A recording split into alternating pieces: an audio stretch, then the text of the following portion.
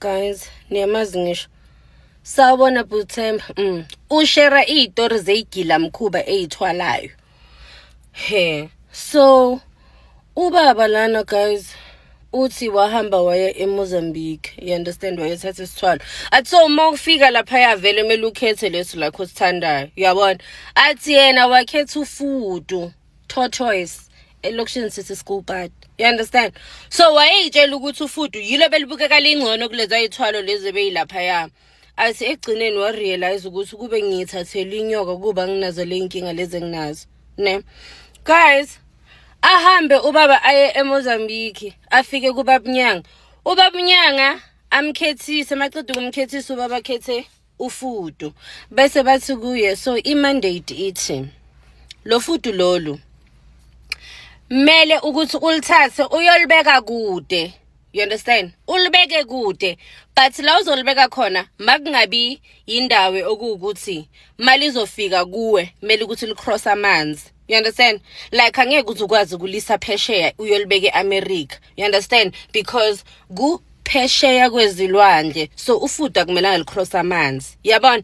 So la uzolibeka khona mele lithi malifika kuwe libe lihamba like on the ground, right?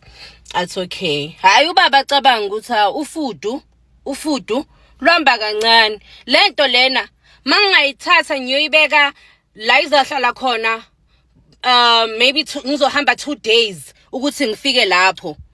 Lo fudu lolu lingaceda 50 years lingakafiki. Imagine mina ngitravel 2 days, ufudu lihamba kancane. Lizothatha boma 50 years before lifika. Kanti akabuzange elangeni. Bathi alithathe atravel 2 days eyobeka lolo fudu. Bathi lolo fudu lolo malingaze lifike kuwe la ohlala khona njoba lizobe lihamba kancane uyashona. Athi baba avuma athi no problem. Simple. Thathe lo fudu adrive 2 days ayolibeka lapho. Abuye ihlalele phansi avala umlomo adla imali.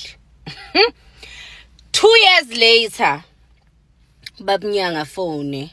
Athi sawubona bhuti, unjani? Cha, bengicela ukukwazisa ukuthi ufudu lwakho soluzofika la uhlala khona. Athi baba hayibo kanjani? Bathi ya ufudu soluzofika la uhlala khona. Athi so into ezoyenzeka ke ukuthi uyazi ukuthi ufudu malifika la uhlala khona wena uyafa. But if kuukuthi usafuna uqhubeka uphile, mele ungiphe igazi lomntanakho. Athi baba abone ngathi akusinde etheni umntana. Athi angizokupha igazi lomntanami. Athi baba ilasbon yakhe. Athi guys avele this other day kube yimistake areversele phezu kwakhe ashona umntwana omncane. You understand? Imikhuba yaze emhlabeni awuthembi umuntu guys.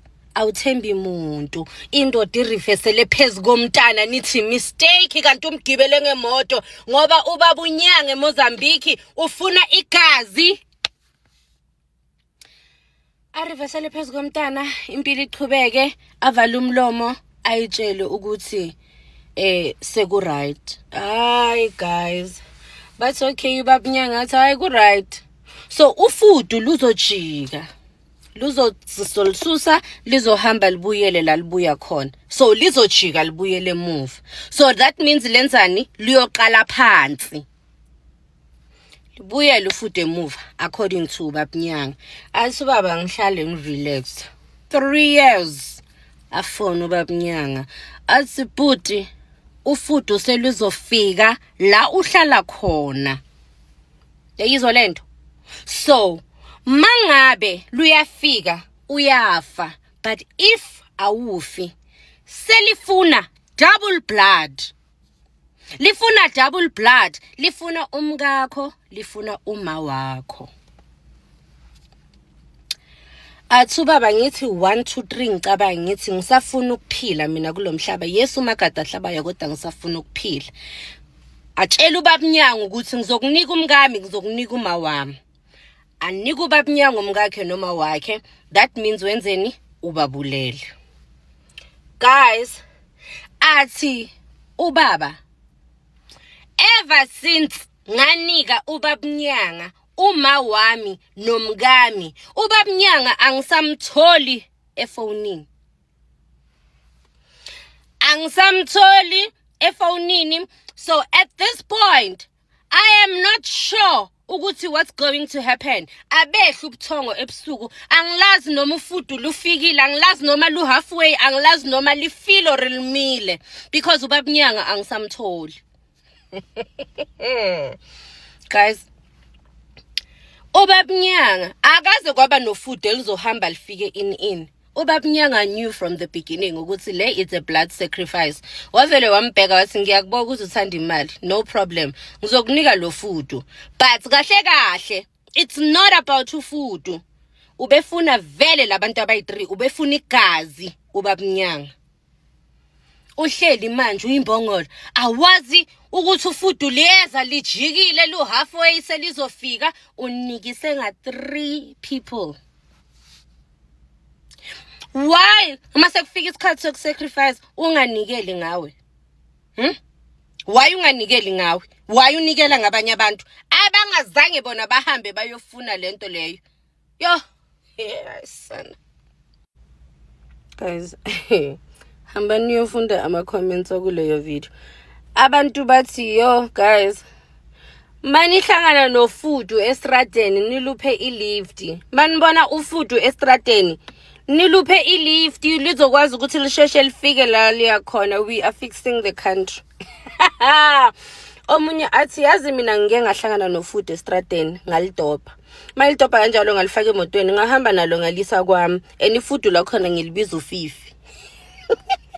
Why fudu lu-Fifi? Sabingelela yenza ukuthi siyacela uma uqala ungena kuleli khasi lethu wenza ubulungisa uchafa subscribe button le channel yethu Umgosi. Wenganza kwethu-ke insizwa-ke eyazikhethela ufudu-ke.